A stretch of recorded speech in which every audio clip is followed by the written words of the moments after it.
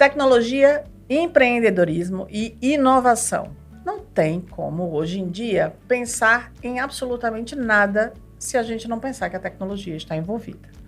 Hoje a gente vai falar sobre isso, sobre negócios inovadores que usam tecnologia e são negócios liderados por mulheres. E certamente a gente vai ter uma grande aula aqui no nosso podcast de hoje. Eu sou Samela Gomes, empreendedora, e lidero, junto com a minha parceira Tanda Macedo, o Conexão Mulheres Criativas. Olá, eu sou Tanda Macedo e estou aqui também hoje muito curiosa, muito ansiosa para saber sobre as novas tecnologias e economia criativa e negócios femininos. Vamos lá que eu estou com saudade. Pois é, e a gente está aqui na nossa bancada hoje. Nós estamos com uma convidada muito especial. Aqui a gente está com Larissa Marques, ela que é nutricionista, mas ela fez o seu mestrado em inovação e tecnologia e é CEO da sua empresa, que é a LifeSprint. É uma empresa de tecnologia dedicada à saúde.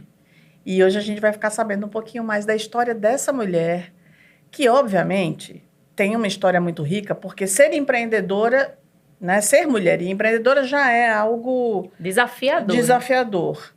E na área de tecnologia, ainda mais, porque ela é eminentemente masculina. E a gente vai querer saber um pouquinho de como é que foi essa história. Larissa, seja muito bem-vinda ao Conexão Cast. Muito obrigada pelo convite. Para mim é uma satisfação estar aqui, poder conversar com vocês, bater esse papo e contribuir, né, para que outras empreendedoras possam aí ampliar a perspectiva de negócio e de empreendimentos também. Muito, muito bem-vinda. Larissa, conta pra gente um pouquinho da história. A gente sempre aqui, na nossa bancada, a gente traz as mulheres e a primeira coisa que a gente quer saber, né, porque a gente sabe que quem está assistindo a gente também quer saber, é assim, como é que foi a história desse feminino que se empoderou e chegou aonde chegou? Quer dizer, você hoje tem a sua empresa, é CEO da sua empresa. E aí, como é que é a sua história? Como é que ela começa? Como é que começa a paixão pela tecnologia? Como é que ela entra na sua vida? E como é que você, então, entende que é isso que você vai fazer? Massa. Antes de eu me apaixonar pela área de tecnologia, né, eu me apaixonei primeiro pela área do empreendedorismo. Então, a primeira coisa importante entender é que empreender são características comportamentais. Você não necessariamente precisa ter um CNPJ para isso. E eu apresentei os meus primeiros traços como por volta dos 7 anos de idade, segundo o meu pai. Então, eu levava para a escola, né, formas alternativas para ganhar dinheiro e não ter que pedir dinheiro a ele. Então, assim, a questão da independência financeira era algo que, desde criança, já era muito natural para mim buscar.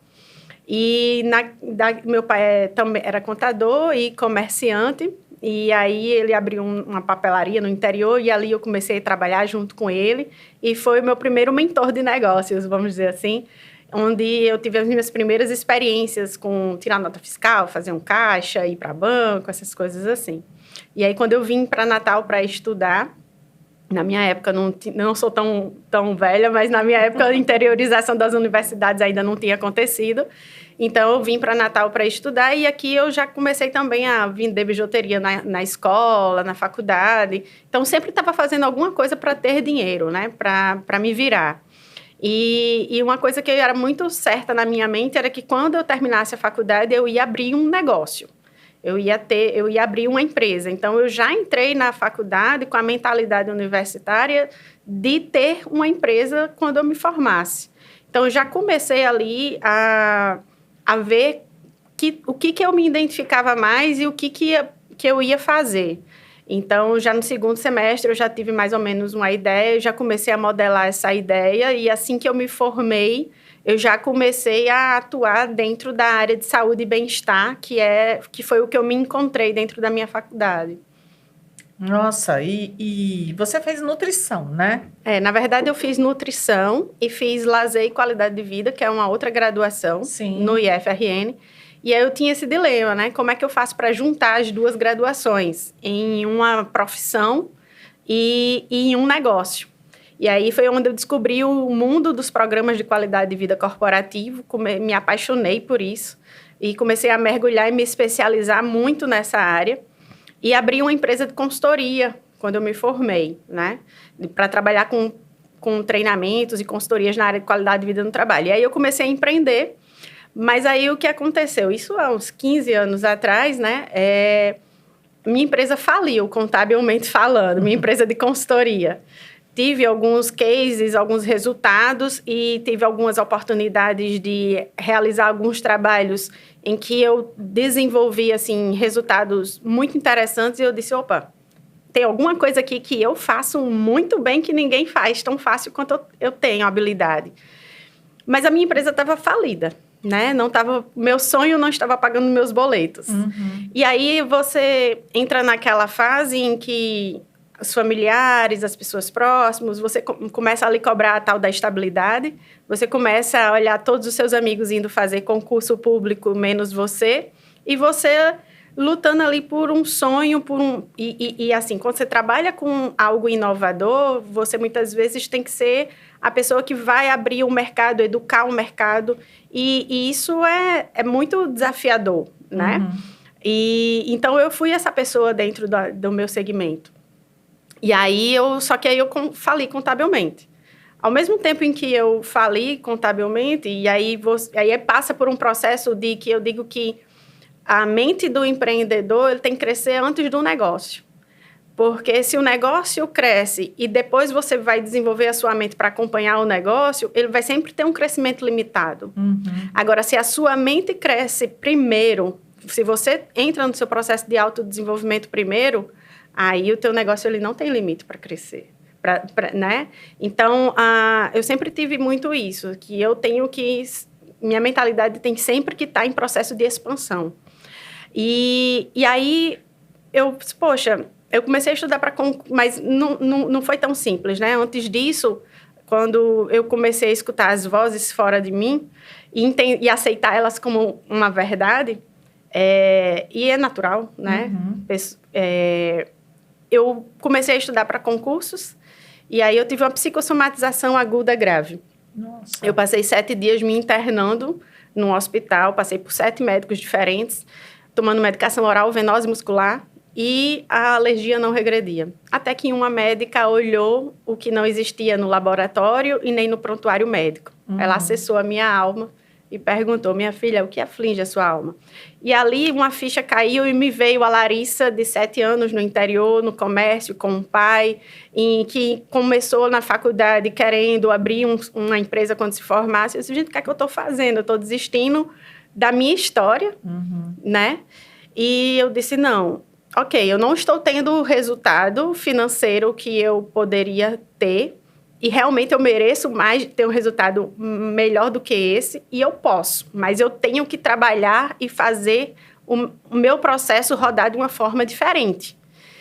E aí, hoje a gente diz na Life Sprint que a gente reduz adoecimento sem prescrever medicamento. Porque foi isso que a médica fez comigo, né? Sim. Então, o que a gente faz hoje na Life Sprint traz toda essa bagagem de conhecimento técnico que eu tenho na área, mas também da história que eu vivenciei. Porque eu estava falida, eu tive que me reestruturar financeiramente, isso mexe com a saúde emocional da gente, né? Eu tive situações em que eu tive sintomas de início de depressão, né? Eu fui aprender a nadar no mar para conseguir dormir e respirar, que eram 2 coisas que eu não conseguia, porque o meu grau de estresse estava altíssimo por causa do meu negócio. Então, a gente ajuda hoje as pessoas, né, a encontrar esse equilíbrio entre a vida pessoal e profissional por meio da medicina do estilo de vida. Então, muito do que a gente faz hoje, usando a tecnologia para que o nosso trabalho consiga escalabilidade, foi algo que eu vivi na minha história também como empreendedora. E teve uma vez um amigo que falou que ele foi muito sábio, né? Você não poderia ter construído a Life Sprint sem antes ter vivido ela na sua história.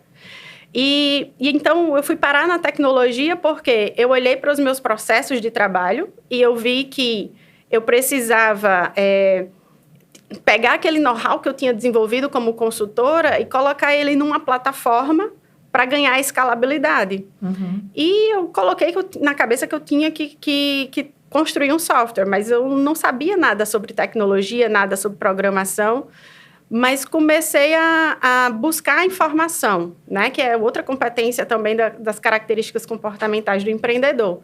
Comecei a buscar informação e acabei parando na incubadora, na universidade, e no mestrado de tecnologia e inovação. Eu disse, se eu vou gerenciar uma empresa de tecnologia, eu tenho que saber, pelo menos, conversar com o desenvolvedor. Então, eu tenho que me envolver no mundo deles, né?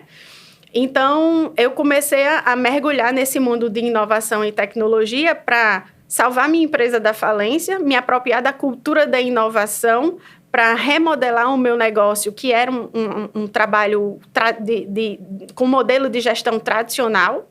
E hoje a gente trabalha com modelos de gestão mais ágil, usando a tecnologia para escalar e potencializar o conhecimento e o know-how que eu adquiri como consultora, para ajudar as pessoas e as empresas.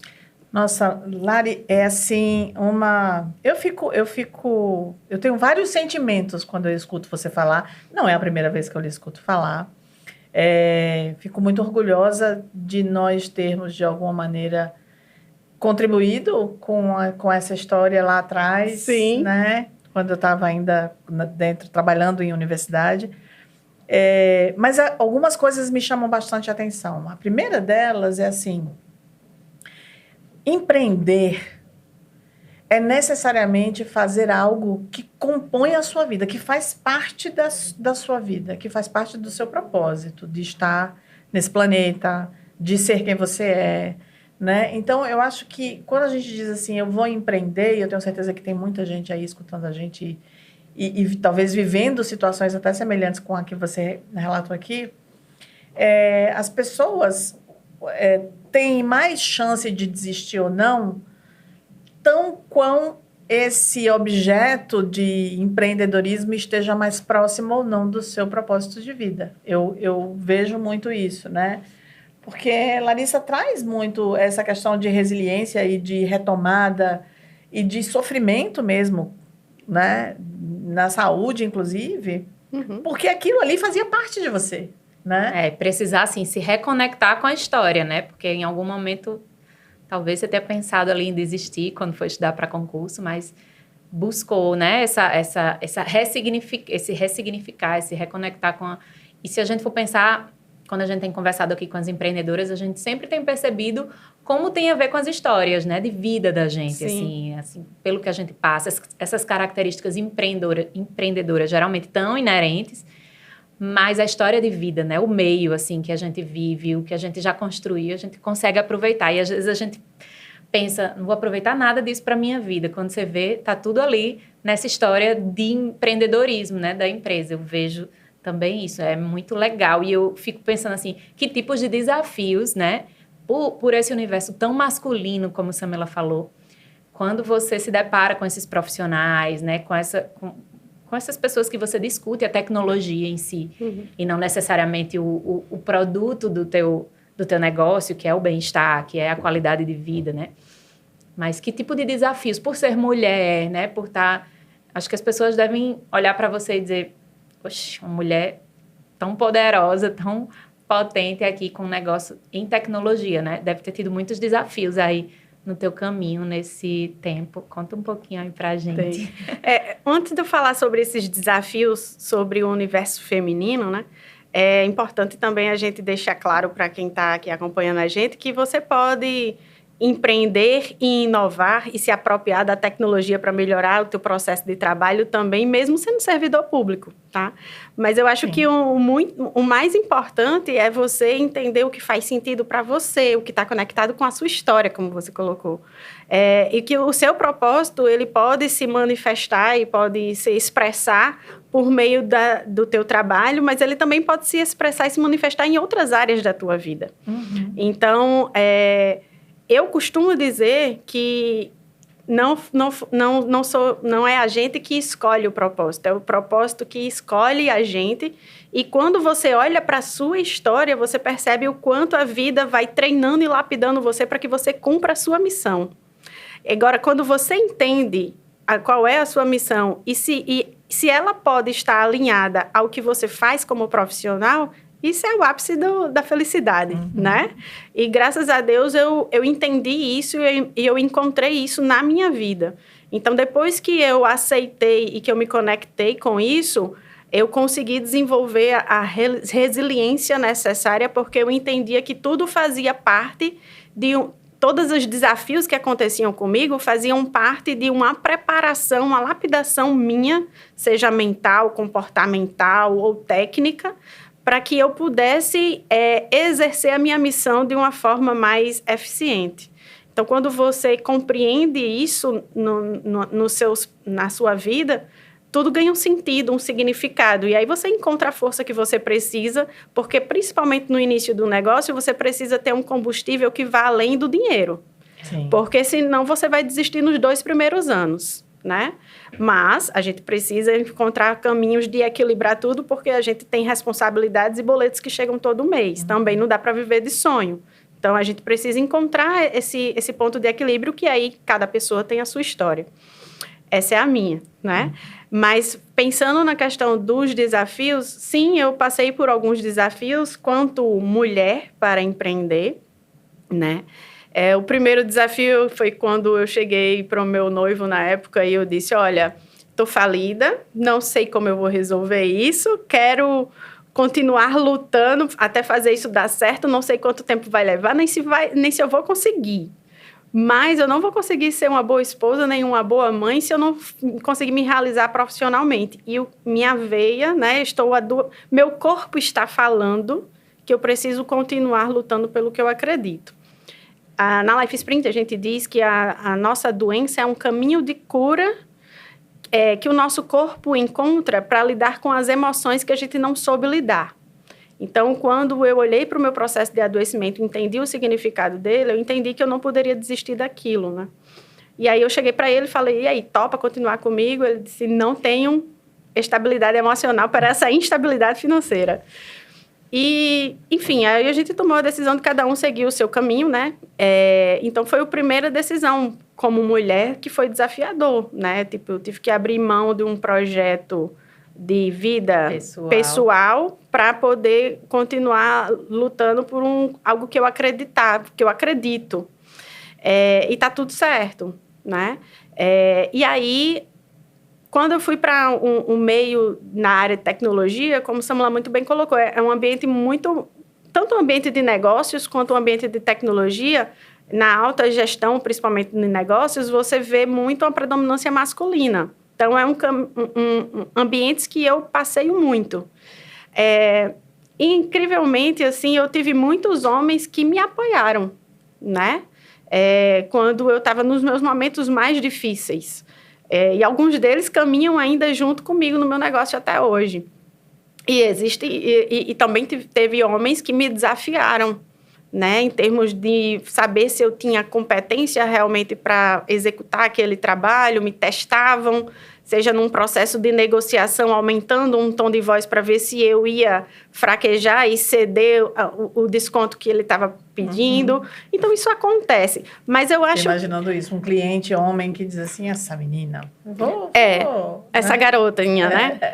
Mas eu acho que... Eu sempre falo que a gente não deve também colocar muito a guerra dos sexos, né? Dos gêneros. Sim. Porque, às vezes, você também encontra mulheres que têm um pensamento muito machista. E eu acho isso triste, né? Então, assim, eu acho que não é uma questão de gênero, mas é muito mais uma questão de perspectiva e de experiências, né? E eu acho que a gente tem que ir mostrando o nosso... É sabido que a mulher ela gasta mais energia para mostrar que tem competência, né, do que o homem. Mas eu acho que isso tem melhorado, isso tem evoluído, principalmente com as novas gerações, né? E eu acho que a gente ainda tem muito a caminhar, mas a gente já está evoluindo, né? Eu sempre digo assim, a gente está evoluindo, mas a gente não está evoluindo graças a uma ordem natural das coisas. A gente está evoluindo porque existem mulheres que se dedicam a quebrar barreiras, que não se conformam no lugar que a sociedade patriarcal coloca e reduz o gênero feminino, Porque esse é um movimento histórico, não é um movimento natural, mas é um movimento histórico, né, da sociedade patriarcal dizer, este é o lugar da mulher. E aí, eu acho que é uma responsabilidade do gênero feminino de dizer, não, eu vou para os lugares que eu quiser, né? Mas para esse movimento acontecer, ele não vai acontecer também só pela ordem do discurso. Ele Não. só vai acontecer pela competência. Isso. E Né? eu colocaria mais uma coisa, sabe, Samela? Como é importante para a gente também, esse processo de autoconhecimento que eu falei anteriormente, do como a gente também tem a síndrome da impostora. Demais. Né? E Demais. eu comecei a perceber muitos de algumas características que eu trago, assim, por mais do resultado que eu tinha, do sucesso que eu alcancei, do que eu cresci, eu tinha vergonha, vamos dizer, de assumir o lugar que eu mesmo construí. Sim, vergonha de ter né? sucesso, vergonha Exatamente. E então, assim, a gente também tem que olhar para isso, né? Assim, para é muito comum, por exemplo, às vezes você vê a menina pedir desculpa por uma coisa simples, né? A gente se culpabiliza e se desculpa por coisas simples. Então, eu acho que a gente precisa também aprender a se ajudar. Isso. Né? A se ajudar a se reconhecer também nessas questões. A sororidade, ela acontece também nos bastidores, não só nos palcos, né? Sim. Então, eu acho que é importante a gente trazer isso para a nossa prática muito mais que para o nosso discurso. Exato, Sim. exato.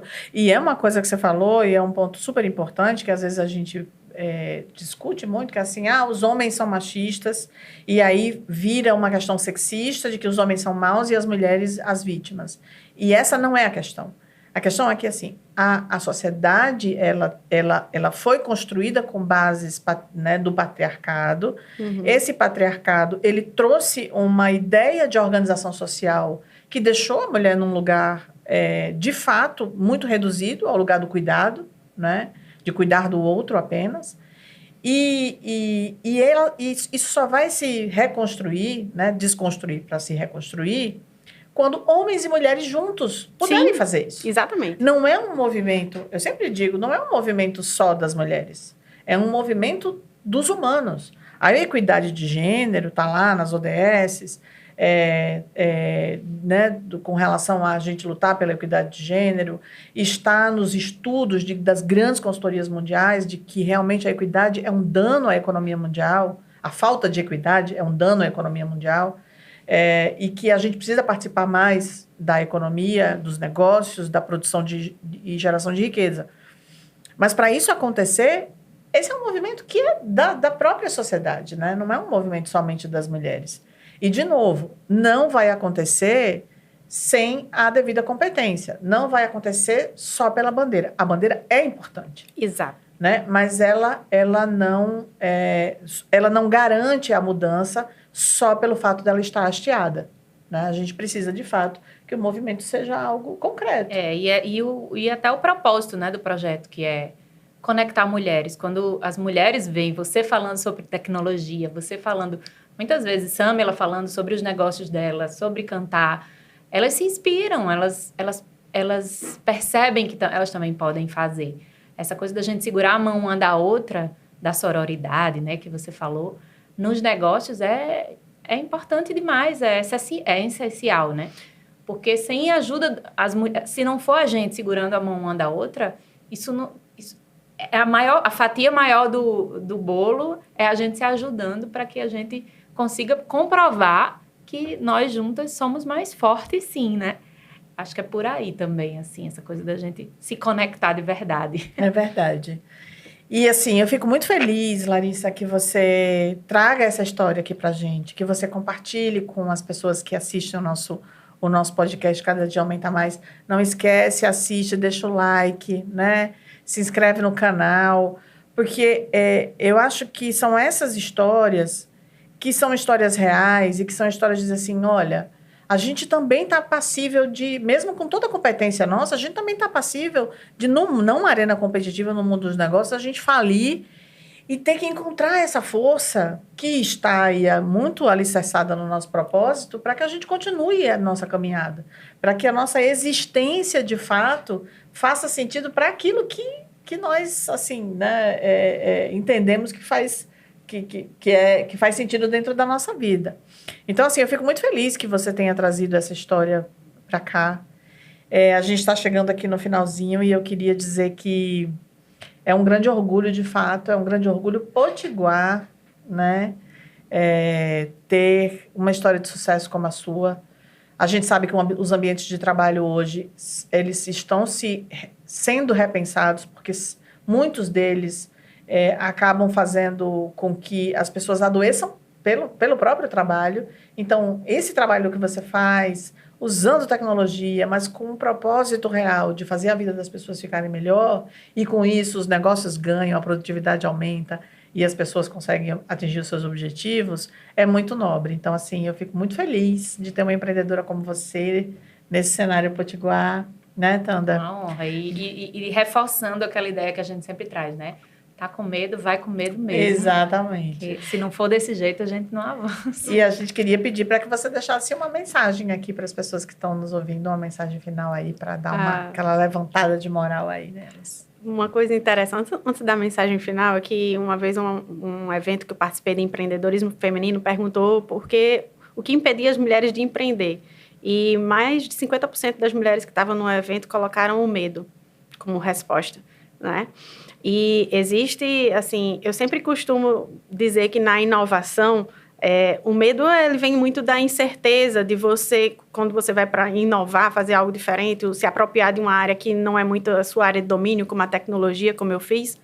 Isso gera muita incerteza, muita insegurança. Lógico que a gente tem que minimizar os riscos, mas incerteza é algo que é próprio do ambiente de inovação, né? E ele me ensinou que é lá na incerteza que você vai descobrir habilidades e oportunidades que o ambiente controlado não te ajudaria a entender e a enxergar e aprender. Então, é lá no medo, é lá no risco, é lá na incerteza, é lá na falha que você vai descobrir talentos e oportunidades que você não saberia que tinha, né? Então, é isso que eu queria deixar para as mulheres que estão aqui nos ouvindo e dizer a elas que o sucesso ele é o resultado de como você olha para os seus problemas. Então, que você olhe sobre uma perspectiva, sobre uma ótica diferente da que você está olhando hoje. E se você não conseguir olhar sozinho, busque ajuda de uma mulher ou de algum outro profissional, ou de quem seja, um homem ou quem mulher, puder. isso. Porque a gente precisa dessa rede de apoio para conseguir empreender, principalmente se a mulher tiver filhos, né? Aí é que ela precisa dessa rede de apoio mesmo. Uhum. Existe uma estatística que a mulher ela dedica 17% a menos de tempo para o negócio dela do que os homens, porque ela tem que se dedicar à vida familiar dela. E então a gente precisa ter essa rede de apoio para a gente conseguir, né, correr atrás dos nossos sonhos também. Além da maternidade. Muito obrigada, Larissa. Foi um prazer imenso tê-la aqui com a gente. Eu que agradeço o convite e espero aí ter contribuído para vocês que estão nos assistindo e fico aí à disposição através das minhas redes sociais para a gente continuar o papo também. Muito bem. Muito bom.